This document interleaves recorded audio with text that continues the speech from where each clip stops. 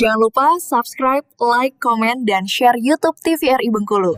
Dan nyalakan loncengnya ya. Ya, Assalamualaikum warahmatullahi wabarakatuh. Selamat sore pemirsa TVRI Bengkulu dimanapun Anda berada. Apa kabarnya? Semoga selalu dalam keadaan sehat walafiat. Senang sekali hari ini Senin 25 Agustus 2025. Berjumpa kembali bersama saya Aldila Vidya. Pemirsa, hari ini kita akan membahas tema yang menarik tentunya. Ini juga sangat penting sekali untuk masa depan bangsa berkaitan dengan stop korupsi sejak dini. Pemirsa, seperti yang kita ketahui bersama bahwasannya korupsi bukan hanya persoalan hukum saja, melainkan juga budaya, mental, dan moral. Berdasarkan data dari KPK, kasus korupsi di Indonesia masih cukup tinggi dan menyentuh berbagai sektor kehidupan. Karena itu perlu langkah serius untuk menanamkan nilai-nilai kejujuran dan anti korupsi sejak usia dini, baik di sekolah, lingkungan keluarga, maupun masyarakat. Hari ini kita akan bahas bersama dengan dua narasumber yang tentunya luar biasa dan berkompeten di bidangnya. Sudah hadir di hadapan kita bersama di studio TVRI Bengkulu. Kita sapa terlebih dahulu dua narasumber kita pada sore hari ini. Selamat sore Bapak Eka Rikarino selaku Inspektur Daerah Kota Bengkulu.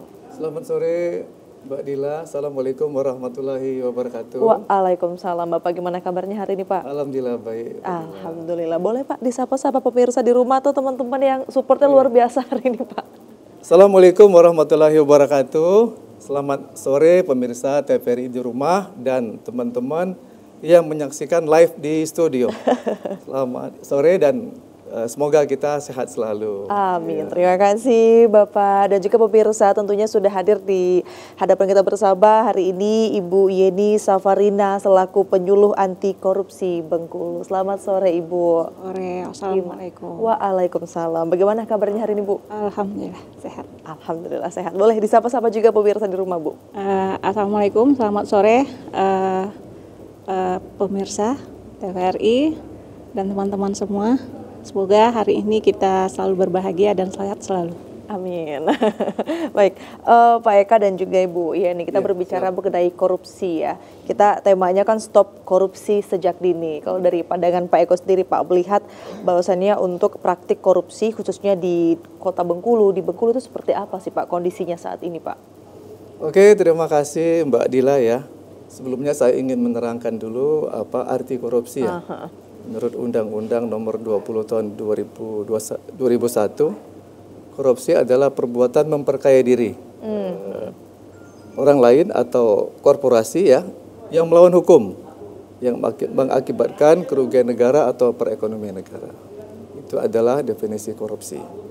Terkait dengan keadaan korupsi di Kota Bengkulu ya, sebagian besar itu terdiri dari gratifikasi atau suap menyuap ya. Terus tadi ada pertanyaan bagaimana cara mengatasi korupsi sejak dini ya. Jadi itu ada dua faktor ya, internal dan eksternal ya. Internal itu balik kepada diri sendiri ya. Itu adalah etika moral ya dan juga keserakahan biasanya ya dari individu masing-masing. Kalau dari eksternal itu kurangnya pengawasan, kurangnya transparansi. Lalu budaya kita yang masih permisif ya itu dianggap biasa saja gitu ya. Dan juga lalu mungkin ya penegakan hukum yang masih belum pas ya terkait korupsi itu. Artinya penyebabnya ini sebenarnya ada dua hal ya Pak ya, internal dan eksternal. Internal dari dalam diri, eksternal ada dari pengawasan yang kurang, tadi kemudian pokoknya dari pihak luar lah seperti itu. Nah, artinya kalau kita melihat dari dua sisi ini Pak, internal itu bisa muncul kalau eksternalnya tuh muncul duluan ya Pak ya? Bukan hanya internal dulu nih yang muncul gitu Pak? Ini bisa kait-mengait ya, itu saya katakan tadi budaya yang permisif ya. Artinya apa, dianggap biasa gitu. Ataupun nanti kurangnya sosialisasi ya, itu sosialisasi untuk yang secara besar kita secara dewasa ya. Kalau dari kecil itu sejak dini tadi ya mungkin penanaman di kurikulum sekolah, ada kurikulum sekolah yang khusus mempelajari tentang etika ya, dan tanggung jawab. Juga di keluarga dan masyarakat ya, itu menanamkan pentingnya nilai-nilai kejujuran gitu. Jadi itu sudah tertanam sejak dini sehingga itu akan teringat terus pada saat dia dewasa nanti ya. Itu akan meminimalisir ataupun mencegah ya perbuatan korupsi karena sudah ada pendidikan sejak dini tadi. Nah, poinnya adalah menanamkan nilai-nilai anti korupsi sejak dini kepada masyarakat. Mungkin Bu Yeni, Bu, sebagai penyuluh ini kan berkaitan langsung, bertemu langsung dengan masyarakat ya Bu ya, menanamkan nilai-nilai anti korupsi. Nah, seperti apa sih kalau pada saat ke lapangan melihat dan bertemu langsung dengan masyarakat, itu korupsi yang di benak masyarakat itu seperti apa, Bu? Oke. Jadi sebenarnya kalau berdasarkan undang-undang tadi, tindak pidana korupsi itu dikelompokkan menjadi 7 kelompok besar, yaitu suap menyuap, pemerasan, gratifikasi, benturan kepentingan, kecurangan, gitu kan. Jadi terkait masalah itu yang terjadi ke masyarakat, biasanya itu keterlibatan mereka di dalam pelayanan publik, gitu kan. Masih ada rasa pembenaran, gitu kan, untuk memberikan gratifikasi. Sebenarnya itu adalah termasuk cikal bakal tindak pidana korupsi.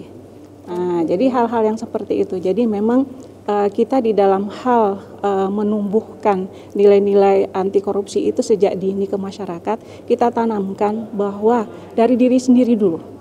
Dari diri sendiri, kita selaku orang tua, bagaimana kita menjadi teladan bagi anak-anak.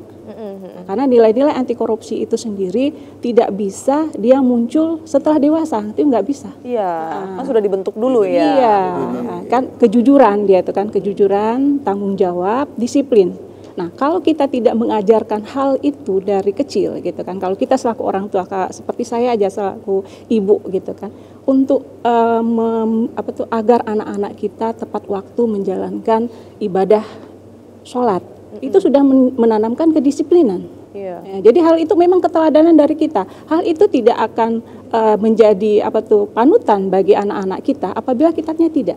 Begitu juga kita di masyarakat, gitu kan. Kita berusaha, gitu kan, sekarang bahwa stop segala bentuk gratifikasi atau segala bentuk tindak pidana korupsi itu sendiri. Jadi sekarang ini kan dinyatakan pembenaran, ada kata Pak Eka tadi kan, bahwa korupsi itu disebabkan adanya tekanan pertama. Dan tekanannya adanya pembenaran, bahwa memberi itu dianggap benar, gitu loh. Iya. Nah, padahal sebenarnya ngasih ya. Iya, jadi kan jadi ngasih budaya, jadi sifatnya seperti itu. Hal itu yang kecil, gitu kan, tetapi nanti apabila itu dipupuk, gitu kan, dilihat sama anak-anak, gitu kan, itu akan berdampak ke depannya. Saya ingat dulu waktu saya kecil, gitu kan, memang kejujuran itu penting karena itu akan menumbuhkan integritas kita untuk kedepannya. Iya, betul. Nah, jadi itu, jadi memang jujur, nah itu kan kata Pak Hatta, jujur ini sulit untuk dihilangkan, sulit untuk dihilangkan. Tetapi kalau kita nggak pintar dengan belajar, kita bisa. Ya kan? Kita tidak cakap dengan pengalaman bisa, tapi kalau orang tidak jujur itu sampai kalau misalnya dari kecil dia tidak diajarkan, itu tetap pasti. Nah, jadi hal itu memang perlu ditanamkan sejak dini itu karena nilai-nilai anti korupsi itu tidak bisa tumbuh apabila tidak dipupuk dari dini. Tidak bisa instan gitu ya. Iya, ya. nggak bisa instan ya. Jadi harus sejak dini gitu ya. Iya. Pada saat ketemu dengan masyarakat langsung itu Bu Yeni sebagai penyuluh, itu apa sih sebenarnya penyebab yang paling banyak masyarakat keluhkan ketika mereka melihat praktik-praktik korupsi saat ini di tengah masyarakat, sebenarnya apa yang menyebabkannya itu, Bu? Sebenarnya kayak gini, yang menyebabkan itu peran dari masyarakat terjadinya korupsi itu ada juga, ya. Jadi kalau sekarang ini di tingkat pelayanan publik, gitu kan, sudah mulai itu dilakukan pembenahan. Pembenahan itu sendiri, misalnya ketentuan-ketentuan di dalam pelaksanaan pelayanan publik, SOP sudah jelas, sudah terpampang, gitu kan. Kemudian juga regulasinya juga sudah jelas.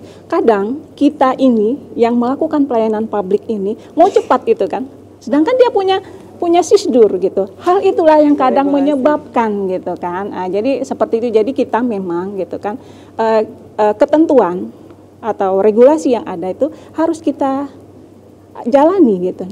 Nah, jadi jangan sampai jadi ada juga sifatnya tuh tanda terima kasih. Jadi kadang-kadang, gitu kan, sebenarnya sudah tupoksi daripada kawan-kawan yang di dalam melakukan pelayanan publik, gitu kan. Tetapi karena dia menerima, tidak dikasih orang, dia ngapa tidak dikasih gitu, seperti itu. Jadi ada yang kurang. Hal itu yang disebabkan jadinya pembenaran. Jadi peran dari masyarakat tuh kadang ada juga. Jadi sekarang ini kita berani untuk menyatakan tolak korupsi dalam bentuk apapun gitu kan.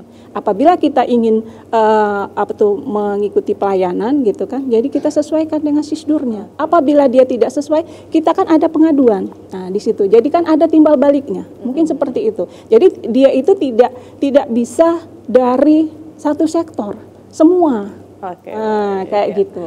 Artinya memang korupsi ini bisa muncul dari hal-hal kecil Iya, seperti itu, dari Bapak Ibu, hal-hal Baik. kecil. Bapak Ibu, kita jeda terlebih dahulu ya. Kita akan simak setelah pariwara berikut. Pemirsa jangan kemana-mana, tetaplah bersama kami tentunya di Berenduk.